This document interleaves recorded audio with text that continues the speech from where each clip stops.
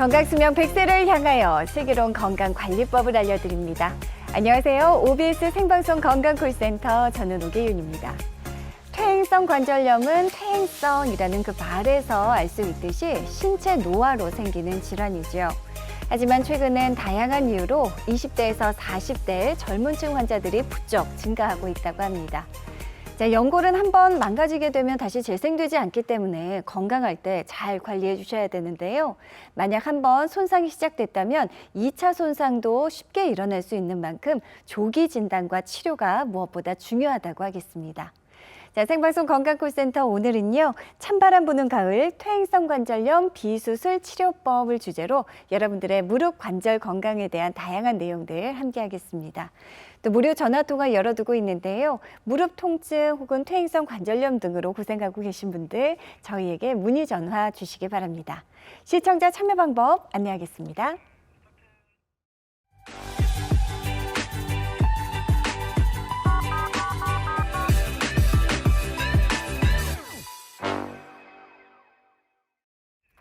네, 오늘 여러분들의 관절 건강을 위해 도움 말씀 주실 전문의 모셨습니다. 정형외과 전문의 김상우 원장님 나와주셨습니다. 원장님 안녕하십니까? 안녕하십니까? 시청자분들께 인사 한 말씀 부탁드립니다. 네, 안녕하십니까?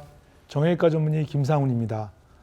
긴 추석 연휴도 이제 끝났고요. 이제 차분하게 일상으로 돌아올 시간인 것 같습니다. 문제는 일교차가 아직도 심한 건데요. 관절이 안 좋으셔서 운동이 필요하시거나 또는 바깥 활동이 필요하신 분들은 가급적 기온이 높은 낮 시간을 이용하시는 게 좋겠고요. 기온이 낮은 아침이나 저녁은 좀 피하시는 걸 권해드리고 싶습니다. 네. 감사합니다.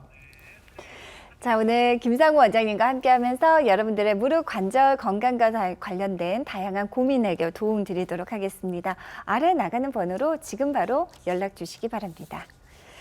자, 원장님, 노년기에 찾아오는 대표적인 퇴행성 질환하면 이제 퇴행성 관절염인데요. 네. 최근에는 젊은 세대에서도 그렇게 많이 발생을 한다고 들었습니다. 퇴행성 관절염 과연 어떤 단계로 진행이 되는 겁니까? 네, 그 말씀하신 대로 퇴행성 관절염이 어느 날 갑자기 생기는 건 아니고요. 요즘같이 스포츠 활동이 많은 그 젊은 세대들이 많은 경우에는 천천히 생기는 스포츠 손상들이 누적돼서 결국은 노년기에 퇴행성 관절염으로 빨리 진행되는 경우가 많은데요. 네네. 저희가 쉽게 퇴행성 관절염이 진행되는 과정을 세 단계로 나눠보면 그림에서 보시는 것처럼 초기 단계, 그리고 중간 단계, 그리고 중증 단계 또는 말기 단계 이렇게 얘기하는데요. 네네. 이 초기 단계에서 저희가 쉽게 알 수 있는 방법은 관절에 물이 차는지 이걸 확인하는 겁니다.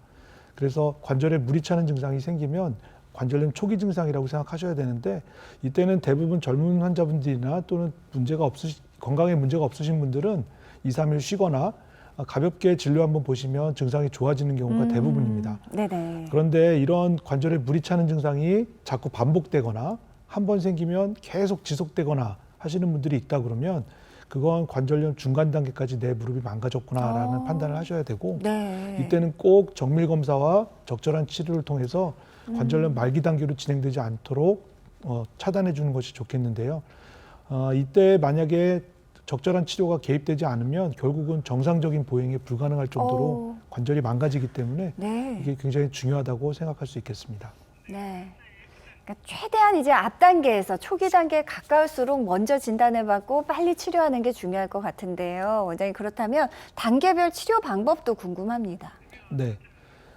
좀 전에 말씀드린 대로 관절염 초기 증상에서는 대부분 보존적인 치료로 증상이 좋아지는 경우가 많습니다. 그래서 약물 치료를 하거나 병원에 와서 물리치료 또는 충격파 치료, 그리고 또 도수 치료 이런 것들로 증상을 좋게 만들 수가 있는데요. 네. 말씀드린 대로 중간 단계의 관절염이 진행되면 반드시 정밀 검사를 해서 내 연골에, 내 관절에 어느 부분 연골이 망가졌는지 그리고 얼만큼 망가졌는지를 정확하게 파악한 다음에 이게 주사 치료로 가능할지 또는 수술적인 치료는 아니지만 관절경 시술이 필요한지 또는 연골 재생술을 포함한 줄기세포 치료가 필요한지를 판단을 해야 되겠고요. 네.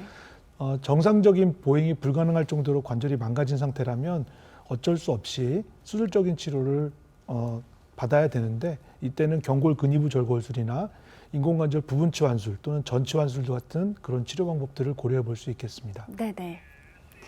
자, 그렇다면 이제 비수술 치료법들 가운데 주사 치료 먼저 자세히 좀 알아보겠습니다. 원장님, 주사 치료에도 종류들이 다양하지 않습니까? 네, 저희가 흔히 외래에서 사용하는 주사 치료 종류를 한 4가지 정도로 정리를 해봤는데요. 스테로이드 주사 또는 히알루론산 주사, PDRN 주사, 또 증식 주사 이런 주사 치료 방법이 있습니다. 네. 위쪽의 2가지 방법은 무릎에서 나타나는 신호들을 보내주는 염증 반응들을 직접적으로 차단해서 증상을 호전시키는 방법을 사용하는 거고요. 밑에 2가지 방법은 직접적인 염증 반응을 억제시키기보다는 손상된 부위의 조직을 재생시키는 그런 근본적인 치료라고 할 수 있겠습니다. 네. 자, 그렇다면 증식 주사 치료 과연 어떤 과정을 통해서 또 치료가 되는지 굉장히 궁금한데요. 구체적으로 설명해 주시면 저희가 이해가 쉬울 것 같습니다. 그 말씀드린 마지막 주사 치료 방법 중에 증식 주사 치료를 이제 말씀을 드리면, 이 증식 주사 치료는 뭐 다른 방법이 아니라 정상적인 우리 몸의 신체 반응인 손상된 조직들을 재생할 수 있는 재생 반응들을 인위적으로 유도하는 방법인데요. 네. 인위적으로 저희가 그 정밀 검사를 통해서 손상된 부위를 찾아서 그 부위에 고농도의 포도당 주사를 주기적으로 주입해주면 일시적으로 염증 반응이 생기는데, 네. 이 염증 반응은 저희가 컨트롤할 수 있는 안에서 범위에서 조절할 수 있기 때문에 걱정하실 건 아니고요. 이런 정상적인 염증 반응을 통해서 따라오는 조직 재생 반응들을 유도시켜서 손상된 인대나 관절 주머니 이런 부분들을 저보다 튼튼하고 두껍게 재생시키는 방법이라고 할 수 있겠습니다. 네. 그러니까 우리 몸이 가진 치유와 재생 능력을 또 활용하는 것이 증식 주사 치료의 원리가 아닌가 싶습니다. 자, 일단 주사 치료니까 크게 부담이 없을 것 같고요. 그 외에 어떤 특징들이 있습니까? 네, 저희가 설명드리는 이 증식 주사 치료의 그 특징들을 간단히 정리했는데요. 첫 번째는 일단 시술 시간이 굉장히 짧습니다.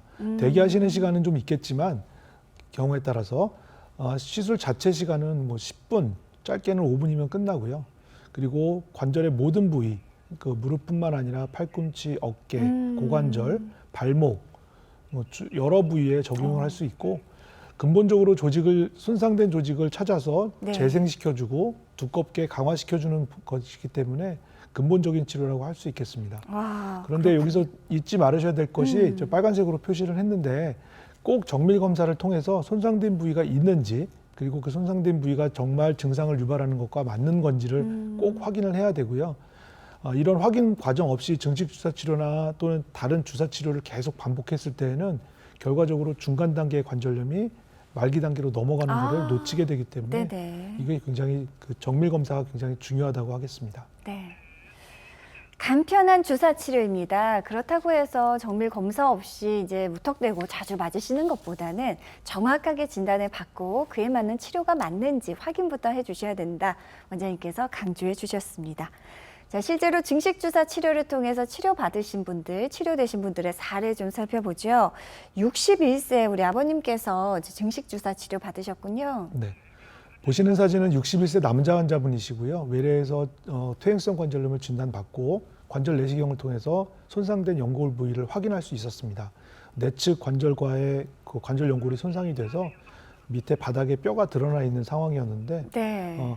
이에 대해서 직접적인 치료 없이 증식 주사 치료로 내측 측부인대와 그리고 관절 주머니를 좀 단단하게 강화시켜주는 증식 주사 치료를 선택했고요. 그래서 1년 후에 관절경을 다시 했을 때 특별한 치료 없이도 연골 손상이 어느 정도는 회복되어 있는 소견을 관찰할 수 있었습니다. 그래요. 매끈하게 사진으로도 확인이 됩니다. 자, 계속해서 이번에는 좀 열세가 있으신데요. 우리 74세 어머님께서 증식 주사 맞으셨네요. 네.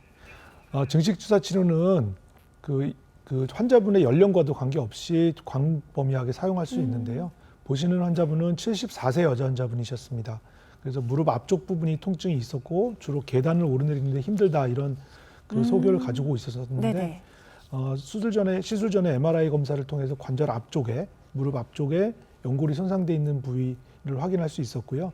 이 주변 조직들을 강화시키기 위해서 증식 주사 치료를 시행했고, 시술 후에 다시 MRI 검사를 했을 때 주변 조직이 많이 안정화되어 있는 이런 소견을 관찰할 수 있었습니다.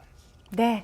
자, 방송이 진행되는 동안 많은 분들의 고민 전화가 걸려오고 있다고 합니다. 이쯤에서 여러분들의 고민에게 도움 드릴게요. 다시 한번 시청자 참여 방법 확인하겠습니다.